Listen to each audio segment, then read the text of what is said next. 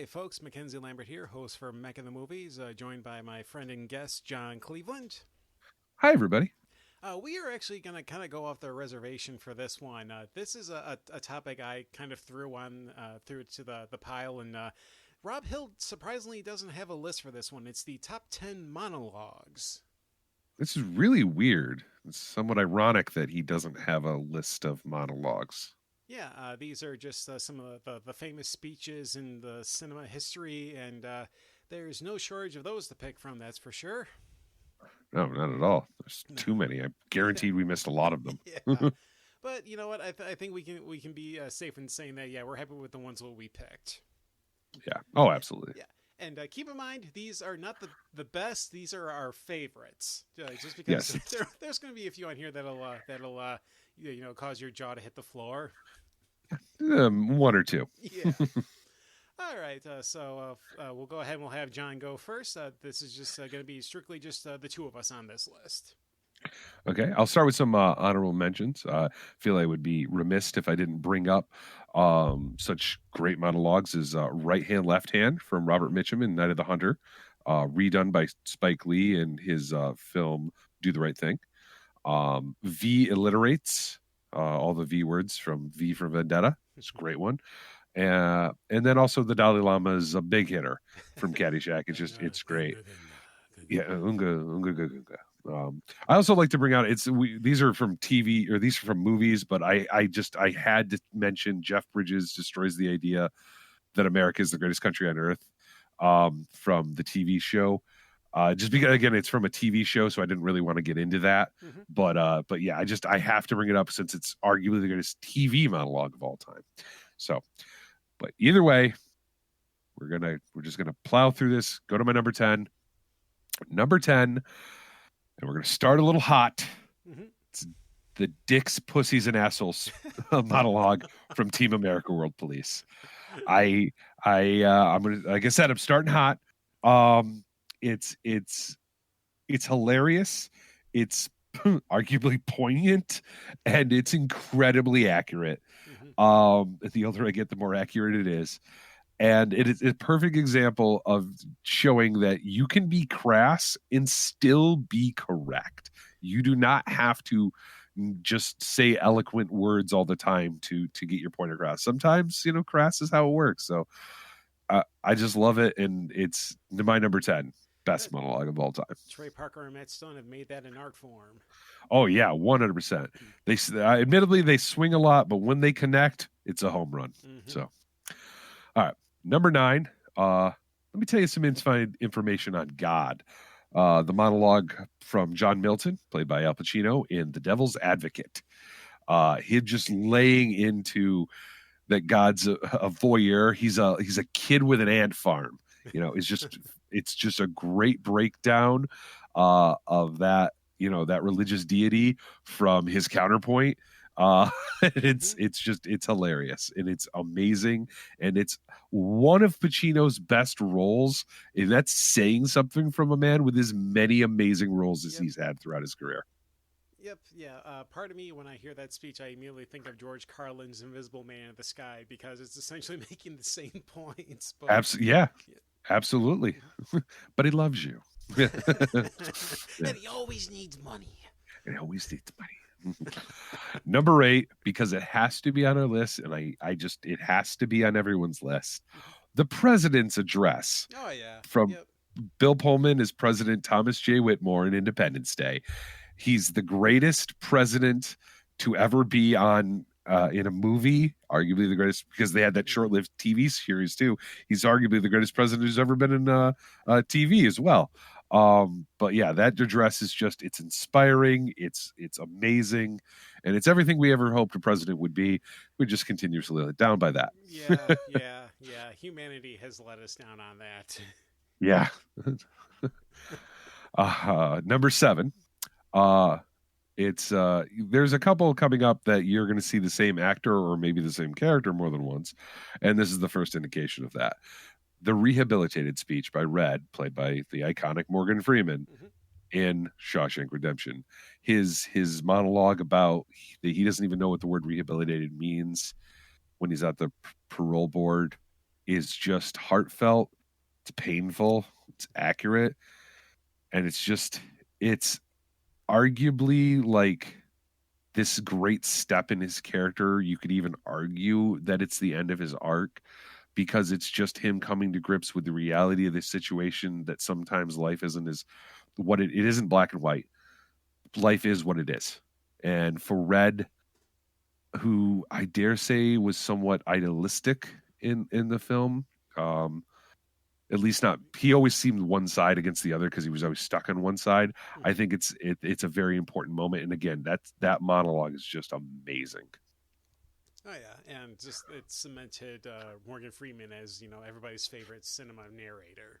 Oh yeah, I mean, like, he is the greatest narrator in film history. I don't care what anyone says. Mhm. 100%. And Shawshank Redemption is the movie that showed that to everyone. Yep.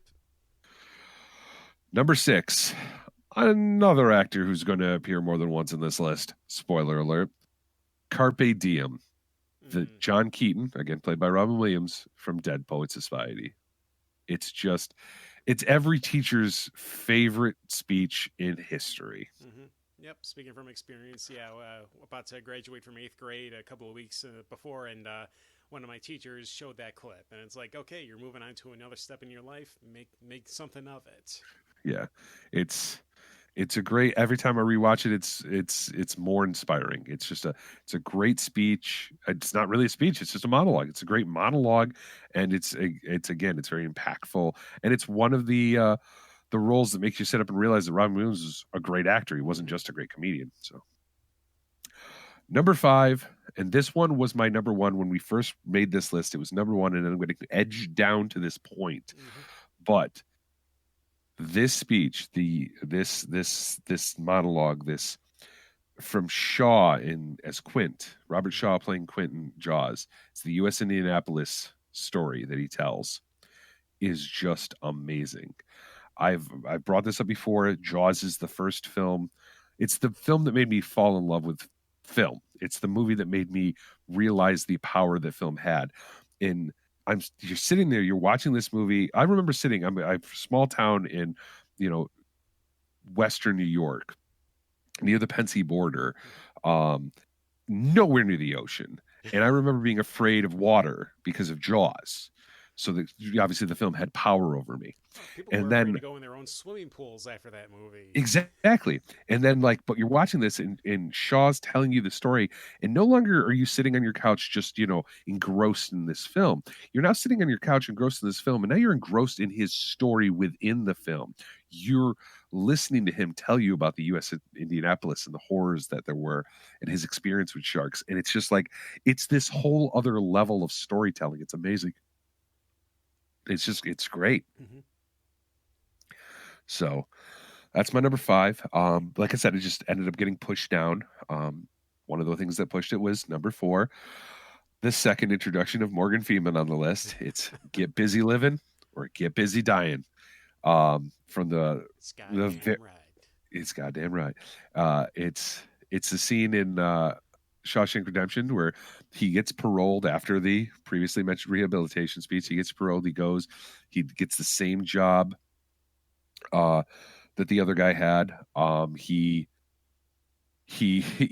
falls in the same traps at all, and you think what's going to happen is you're pretty sure he's going to kill himself, and then you end up realizing that that's not what's happening. He's realized there's more, and he just needs to live his life. And again, get busy living or get busy dying. It's amazing. It's a great moment in the film. I said before, Rehabilitated is arguably the end of his arc. Get busy living or get busy dying is definitely the end of his story arc. Mm-hmm. And it's this great speech, and ever more so impactful because of, again, Morgan Freeman's great voice. Oh yeah, good stuff. Yeah. Number 3, I thought about what you said to me. The entire bench scene speech played from Robin Williams as the psychologist Sean in Good Will Hunting, where he's talking to Matt Damon, Will is playing Will Hunting. Almost forgot his character name there, which is sad. It's in the title. But yeah, no, that whole speech, the breakdown from I thought you what you were said to me, where he just takes Matt Damon's character. He talks about how like he's young, he doesn't know anything. He's like, I've lived my life. He tells him, he's like, I bet you know what the roof of the Sistine Chapel looks like, but I bet you don't know what it smells like in that room. Mm-hmm. Because you've read it, but you've never experienced it. I've experienced it. And he does this. He breaks him down, but he's not breaking him down to hurt him. He's breaking him down to tell him, listen, I'm trying to help you. Stop putting boundaries in my way. I want to help you. And it's just a great breakdown of that. Will Hunting's character. It's just an amazing, emotionally impactful, just a great scene. So we don't really know what we lost when Robin Williams until we lost him. Exactly. He's on my both those monologues were fantastic. Number two, just some things that just edge out others. I think I've noticed on my list that I think that the reason the number one and number two are there is because they speak more universally than specifically. Mm-hmm. Each one getting a little more, universal as it goes up the list here. And number two is Let Us All Unite. Charlie Chaplin playing the character Henkel in The Great Dictator, just trying to, tell everyone that we need the things that unite us. We do such great things together. Why do we continuously give this power away to individuals? Why can't we all just unite over something? We need to stop dividing ourselves. He has no want of being a dictator. It's an indictment of fascism. It's an indictment of most forms of tyrannical government, if not all. It's just a great, amazing scene, made ever more poignant by the fact that it's done by Charlie Chaplin, an actor who's, of course, notorious for having a mustache like Hitler and not talking. Yep. Mm-hmm. So, just amazing. And number one, and this one was one of those that, like, as soon as I was writing the list, obviously I said I put the USS Indianapolis as one. And then the second I thought of this, I'm like, no, this is number one. This can't be anything other than number one because it does the impossible. Like Charlie Chaplin's speech tells us all to unite. We generally think that that's a true statement. We all should do that. Everyone knows we should do that. We falter, but we know it to be true. Number one is M's Defense, played by Peter Lorre from as Hans Beckert in M from 1931. It does the impossible. It makes it his defense of himself. And for those who aren't aware, in M, Peter Lorre plays a child murderer who's going around Berlin killing children. And the police they can't stop him. They can't figure out the crime. There's no pattern or anything like that. They can't stop him. So what ends up happening is the criminal organization, partly because the increased police presence has affected their business, and also because of some degree of moral outrage for children getting killed, actually use their methods, which are all illegal, and capture M. And they give him a kangaroo court. And they're actually at one point they allow him to, well, what's your defense? And his defense is so good that you sitting there, and the characters on screen are obviously impacted too, understand his plight. Because he's like, I can't help it. Why do you steal things? You steal things because you want to steal things. You're compelled to do it. I kill children because I'm compelled to do it. I can't stop myself from doing it. No, you can't stop yourself from eating or breathing. I cannot stop myself from killing children. I'm nothing but I'm doing the same thing you are. And his breakdown of that is so amazing. And his ability to portray that monologue, to express those emotions and connect with you while telling you about being a child murderer is amazing that he's able to do that. I don't know if anybody else could have done it. Oh, no, and you see this performance here, and you wonder why Hollywood was never able to give him a role where he can match that intensity or that sincerity. Yeah, no, he came over, he did some good stuff, but never even got close to matching that. Never. Oh, yeah, and Peter Lorre, just, I think one of the more underrated actors in Hollywood just because of what he was given. Absolutely. And he often elevated the material he was given, too. I feel like he always elevated the material he was given. But all good choices all around. Yeah, awesome. Thank you. Yep. All right, I'll start off with my honorable mentions. The President's speech from Independence Day, just because it is one of those great speeches. I went with another Bill Murray monologue from Caddyshack. I went with Varmin Kong, where he's license to kill gophers. Gophers. And my last honorable mention is Cyrus's speech from The Warriors. Ah, that is a classic. Yeah. Can you, dig it? Yep, yep. Again, another uniting speech. We should all unite. Yeah.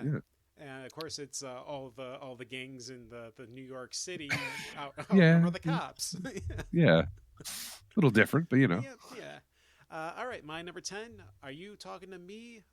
Robert De Niro from Taxi Driver. Try and find a performance after this movie where someone didn't try to have De Niro do that similar scene. Oh yeah, no, that's a character defining that's his career defining role. Like I feel like every single time he gets cast, after that he's just been asked, "Hey, can you just do a little bit of that? Can you bring that to the screen?" It's I mentioned I think that it's the cookie cutter shape that they tried to force him through for all future roles. Yep. Yeah. Number 9, Some Men Just Want to Watch the World Burn. Alfred Pennyworth, played by Michael Caine for The Dark Knight. Oh yeah, great scene, amazing actor. Oh yeah, no. And you can obviously tell when Christopher Nolan is about to get on his soapbox for a monologue in his movies, but this is the one where it actually feels organic. Like you actually. I was gonna say he does the close zoom, the over the shoulder shots, like he sets it up very clearly. But yeah, no, you're right. It just feels organic, and it's just a great breakdown of the situation. And I dare say it's going to be in 10 years. It's still the thing people like. If you bring up the movie, they're going to mention that line. Oh yeah, and it just shows that Alfred has actually a good military instinct because he was a soldier, and he already knows the enemy that Batman is up against. Yeah, it's a little bit of insight into who Alfred Pennyworth really is. Yep. Number 8, Always Be Closing from Alec Baldwin, Glengarry Glen Ross. Such a great movie. Literally, there's just it's the only time I've ever watched a movie and I'm like, do they make 7 Oscars for best actor? Or they just need to hand everyone an Oscar in this movie. Yep, yeah. And I love me some David Mamet. The guy is a master with words. Oh yeah. Yeah. I think this is his magnum opus. I know that I think you have some others that you think, but this movie, it's so good.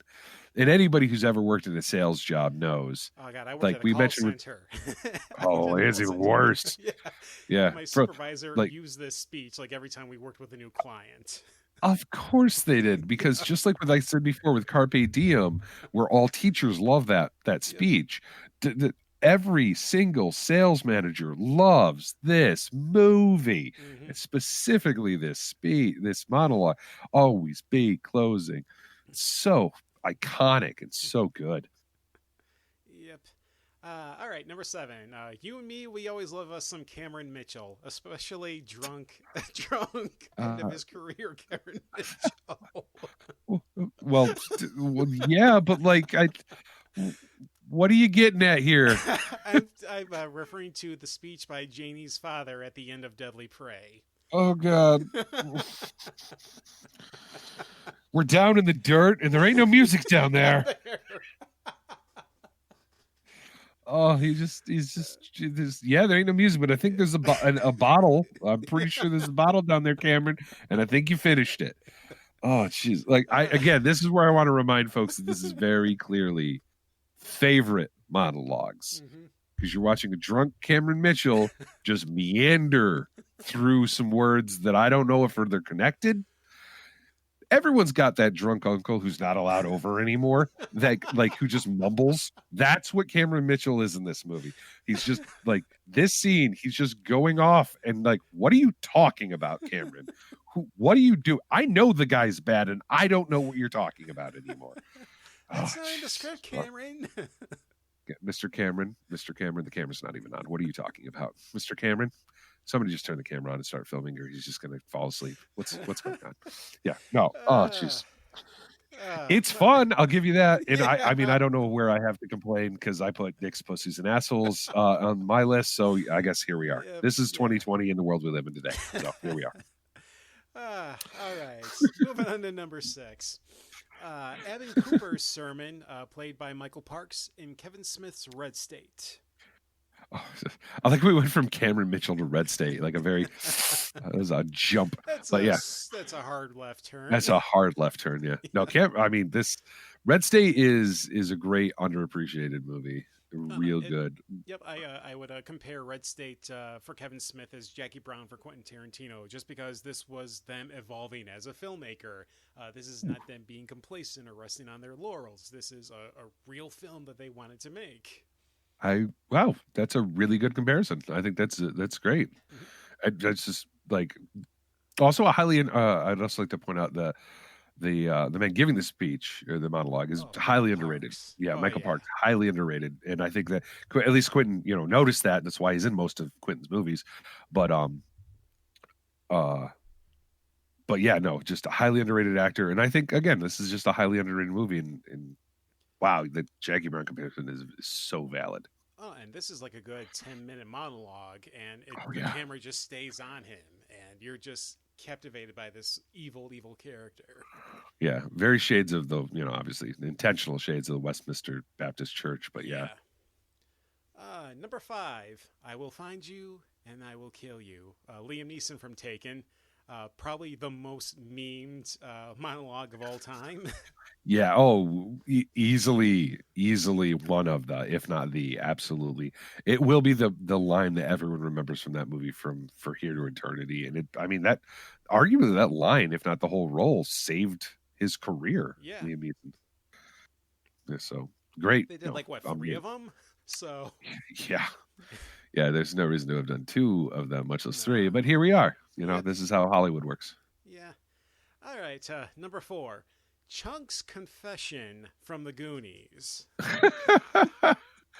Again, I don't know if I would have put it in a list of best monologues, but favorite, sure, why not? Yeah.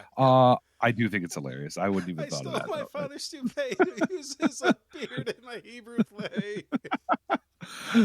Robert Duvall Robert Davi is just cracking up the entire time. Robert Davi is just sitting there. Mom, I think I like this kid. And you got Joey Pants and the Ma Fratelli just looking at each other like, whoa, what the hell is going on? I wonder how many takes that took without them laughing. I just can only imagine. Gosh. What just a great scene. Oh, yeah. Right, number 3, going from Chung's Confession to the What's the Most You Ever Lost in a Coin Toss by Anton Chigurh from No Country for Old Men. Hard turns in this list. Real hard turns.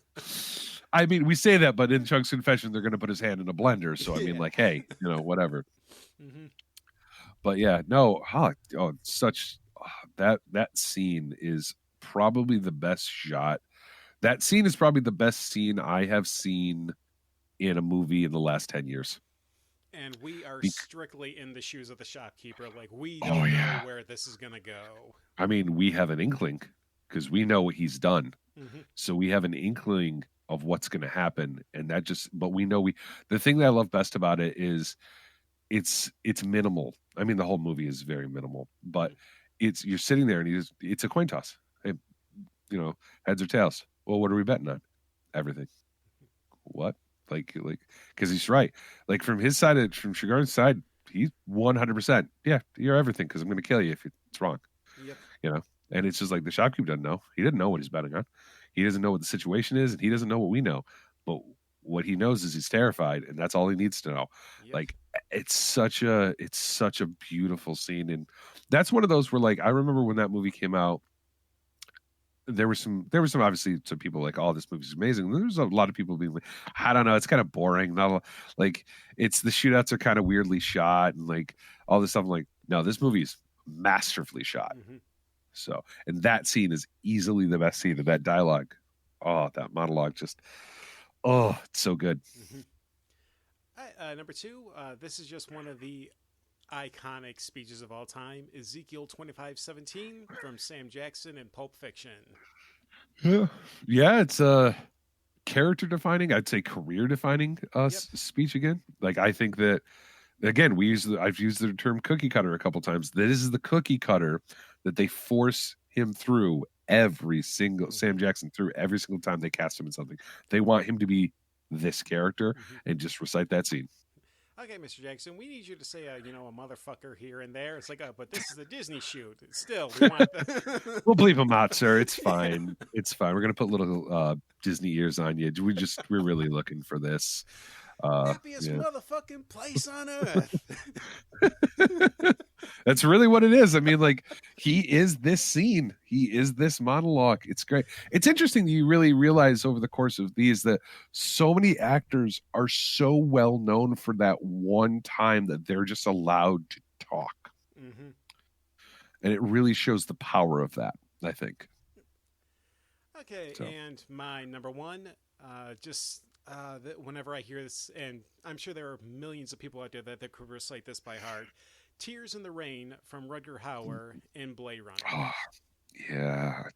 I lament that that's not on my list. It would definitely be like top 3, if not number 1. That is such a great monologue of him just sitting there and just breaking it down, breaking life down in existence.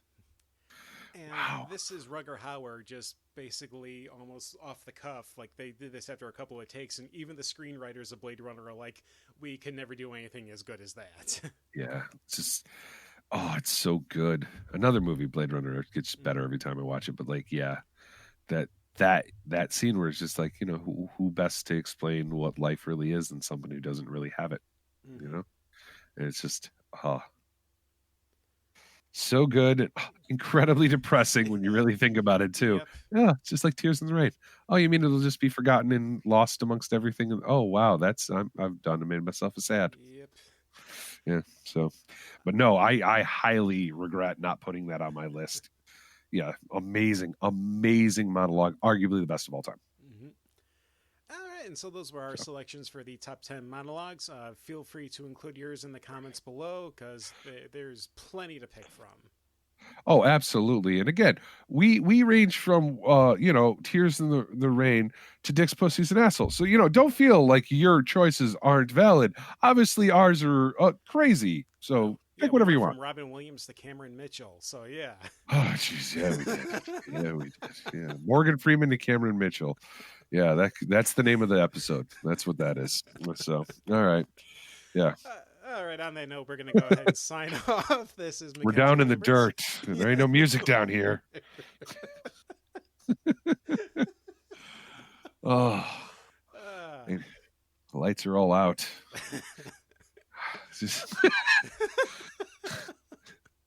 Can you do me a favor at the end of this? The end of this whole thing, could you just put Cameron Mitchell's speech? Because people need to listen to this. Yeah, I'll include it. Don't worry. All right. Absolutely. Because y'all need to listen to this so you know what we're talking about. Yeah. It's insane. All right. And we're done. Absolutely. Bye. Get back. Get back. What is this? Who are you? Who am I? A little man who spent 27 years of his life as a cop trying to put big shots like you away. 27 years in the filth and the dirt of the street, and there ain't no music down there. You watch the people in the streets, killing, raping each other, pumping dope through their veins, while big men like you sit in the fancy penthouses and at the poor slobs rot in hell. I know about you. As long as it puts money in your pocket. Today, the nobodies who made you rich are gonna win. Die, you son.